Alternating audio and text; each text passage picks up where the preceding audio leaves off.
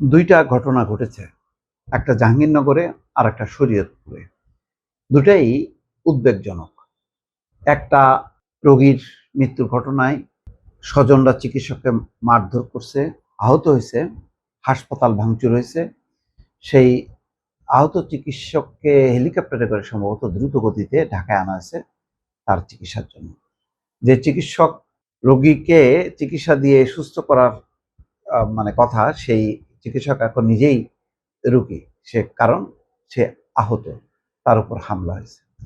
আর একটা খুবই নিন্দনীয় ঘটনা, সেটা হচ্ছে জাহাঙ্গীরনগরে কয়েকদিন ধরেই দেখছি বিক্ষোভ, যে ধর্ষণ চেষ্টা করেছিল এক যুবক, তার বিচারের দাবিতে উত্তাল বিশ্ববিদ্যালয়। রাত থেকেই, পরশুদিন থেকেই উত্তাল অবস্থা। কিন্তু শেষ পর্যন্ত সেটার প্রতিপক্ষ হয়ে দাঁড়ালো জাহাঙ্গীরনগর বিশ্ববিদ্যালয়ের কর্তৃপক্ষ।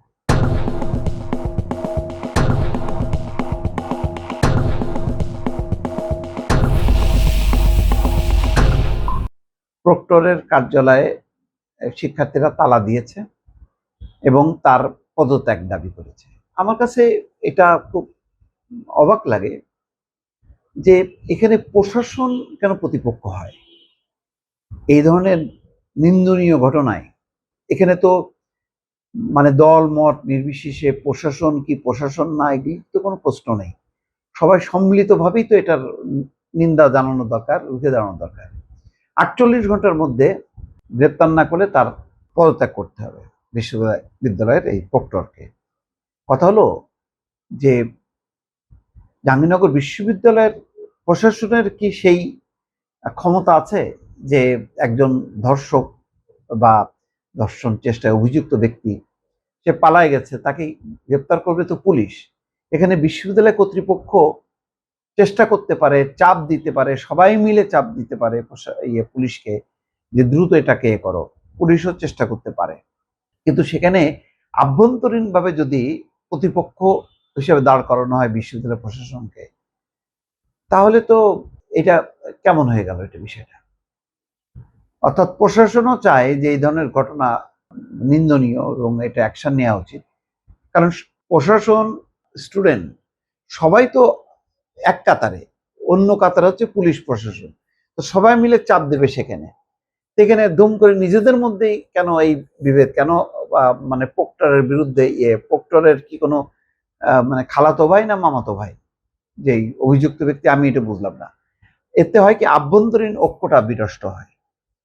তারপরে দেখেন এই যে এক রোগী হাসপাতালে গেলেই সে সুস্থ হয়ে ফিরে আসবে তা তো না। হাসপাতালে যায় মানুষ কখন, যখন একদম একটা ক্রিটিক্যাল পজিশনে যায়, তখনই হাসপাতালে যায়। তো কেউ ফিরে আসে সুস্থ হয়ে, কেউ ফিরতে পারে না। প্রতিদিনই হাসপাতালে মৃত্যুর ঘটনা ঘটে। এখন এটাকে ঘিরে যদি পাবলিক, তার স্বজনরাই যদি সিদ্ধান্ত নেয় যেখানে চিকিৎসার গাফিলতি হয়েছে বা সঠিক চিকিৎসা হয়নি, এটা তো মুশকিল।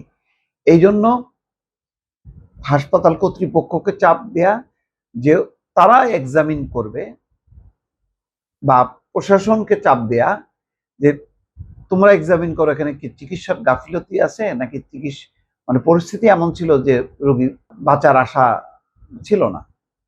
এইটা তো, এই যদি ঘটনা ঘটতে থাকে তাহলে তো হাসপাতালের চিকিৎসকরাও আর নিরাপদ থাকবে না। হ্যাঁ, আমাদের এখানে রোগীকে অবহেলা করার অভিযোগ আছে, এটাও সত্য, যে ডাক্তাররা ঠিক মতন অ্যাটেন্ড করেন, এটাও সত্য। কিন্তু এটা তার মানে এই না যে এটা প্রতিটা ক্ষেত্রে এটা ঘটছে।